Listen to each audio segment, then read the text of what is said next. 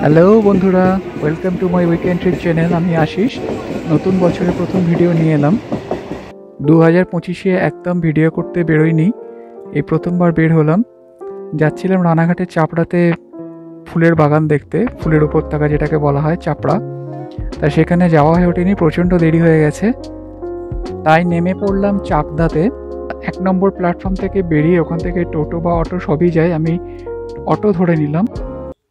নামলাম রথতলা মোড়, ডান দিকে সজল গ্রাম চলে গেছে, কিন্তু ডান দিকে না গিয়ে আমি সোজা হাঁটলাম একদম গৌরনগর ঘাট পর্যন্ত। বেশ গ্রাম্য পরিবেশ, অসাধারণ দেখতে লাগছিল, পুরো ছবির মতো একটা গ্রাম।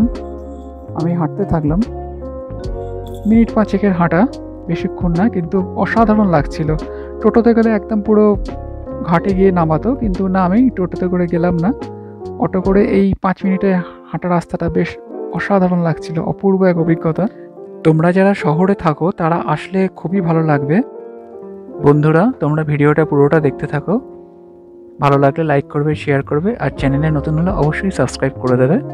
আর তোমাদের মূল্যবান মতামতটি অবশ্যই আমাকে কমেন্ট বক্সে জানাবে। চলে এলাম নদিয়া জেলার চাকদার গৌরনগর ঘাটে।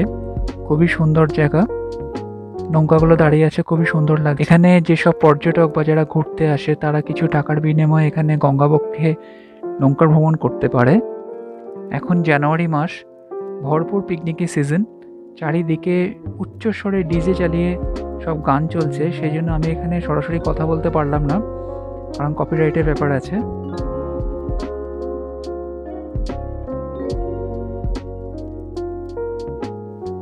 দেখো, কিছুটা যেতেই আমার ডান দিকে পড়ছে চাঁদের আলো বলে একটি picnic spot, family picnic spot. এখানে অনেকে পিকনিক করতে এসেছে এই শীতের সকালে। খুব সুন্দর জায়গা, খুব সুন্দরভাবে সাজানো রয়েছে পিকনিক স্পটগুলো। আমি আরেকটুখানি এগিয়ে গেলাম, অসাধারণ দৃশ্য, নৌকাগুলো দেখো দাঁড়িয়ে আছে। অন্য সময় এখানে চুপচাপই থাকে, যেহেতু এটা পিকনিকের সিজন সেজন্য প্রচুর জোরে এখানে ডিজে গান চলছে, অনেকে পিকনিক করতে এসছে।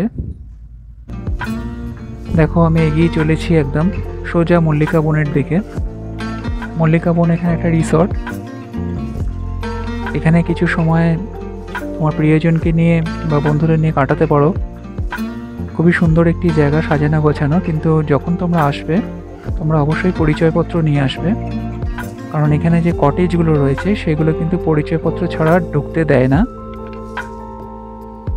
আমি এগিয়ে চলেছি, দেখি এখানে কোনো রকম আমাকে কটেজগুলোতে দেখতে দেয় কিনা বা পুরো রিসর্টের মধ্যে ঢুকতে দেয় কিনা আমি জানি না। দেখো, এখানে রিসর্টে ঢোকার আগে কিছু নিয়মাবলী রয়েছে, সেই নিয়মাবলীগুলো তোমরা ভালোভাবে পড়ে নেবে।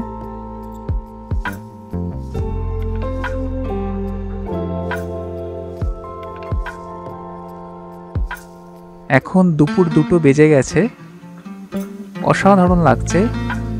আর আরও অসাধারণ লাগবে যখন এটা সানসেট হবে, সূর্যাস্তের সময়। এখান থেকে দেখেই বোঝা যাচ্ছে যে সূর্যাস্তটা কত সুন্দর দেখতে লাগে এখানে দাঁড়িয়ে। এই দেখো মল্লিকা বনের গেটটা, এই গেটের মধ্যে দিয়ে তোমাকে ঢুকতে হবে, যদিও এখানে একটা রেস্টুরেন্ট রয়েছে ঢুকেই ডান দিকে, এখানে কথা বলতে হবে, এবং বাঁ দিকে একটা অফিস রয়েছে, সেখান থেকে তোমায় বুকিং করতে হবে। ভিডিওটা পজ করে তুমি এখান থেকে বুকিং নাম্বারটাও নিয়ে নিতে পারো। কোনো এক ছুটির দিনে একবেলার জন্য বা একদিনের জন্য এসে তোমরা তোমাদের প্রিয়জনের সাথে এখানে কাটাতে পারো। গ্রাম্য প্রকৃতির যে সৌন্দর্য তোমরা এখানে মন ভরে উপভোগ করতে পারবে। আমি এখানে একা এসেছি, তাই কটেজগুলোতে ঢুকলাম না, কারণ ওখানে ঢুকতে গেলে তোমাকে বুক করতে হবে। তাই গঙ্গার ধারে রাস্তা ধরে ব্যাক করতে থাকলাম। অসাধারণ লাগছিল, হালকা উত্তরের হাওয়া দিচ্ছে, এবং এখানে যারা পিকনিক করতে এসছে তারা উচ্চস্বরে গান বাজাচ্ছে, সেই গানগুলোও কানে আসছে। আমার মনে হয় এটা অন্য সময় খুবই চুপচাপ থাকে।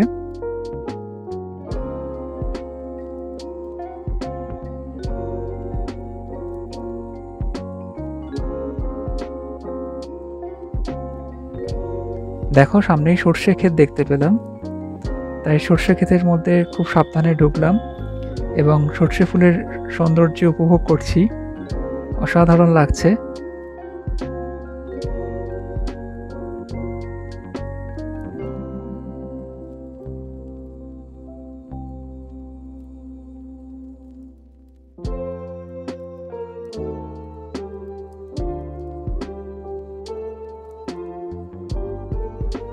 শুধু সর্ষে ক্ষেত নয়, আমি যখন অটো করে নেমে এদিকে হাঁটছিলাম মিনিট 5-এর রাস্তা, তখনও অনেক আমি ক্ষেত দেখতে পেয়েছি যেখানে অনেক কিছু চাষ হয়েছে।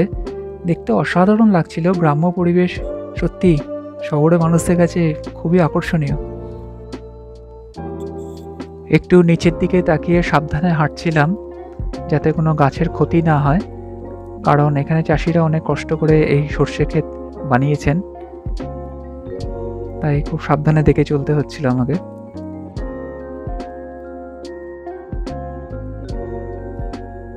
এখানে কিন্তু অনেক চায়ের দোকান আছে, এছাড়া ছোটখাটো জলখাবারের দোকান তোমরা পেয়ে যাবে।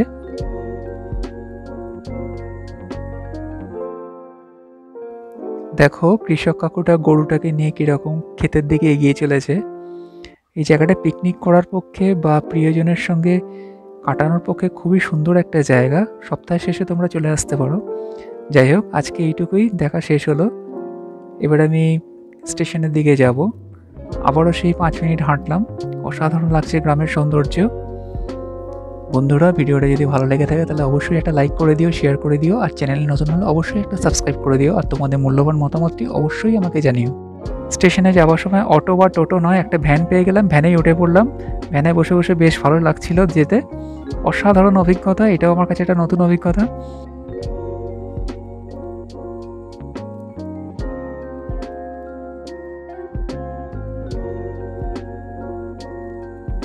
আজ তবে এইটুকুই। যদি বেঁচে থাকি পরের ভিডিওতে আবার দেখা হবে। ভালো থাকবেন। টাটা।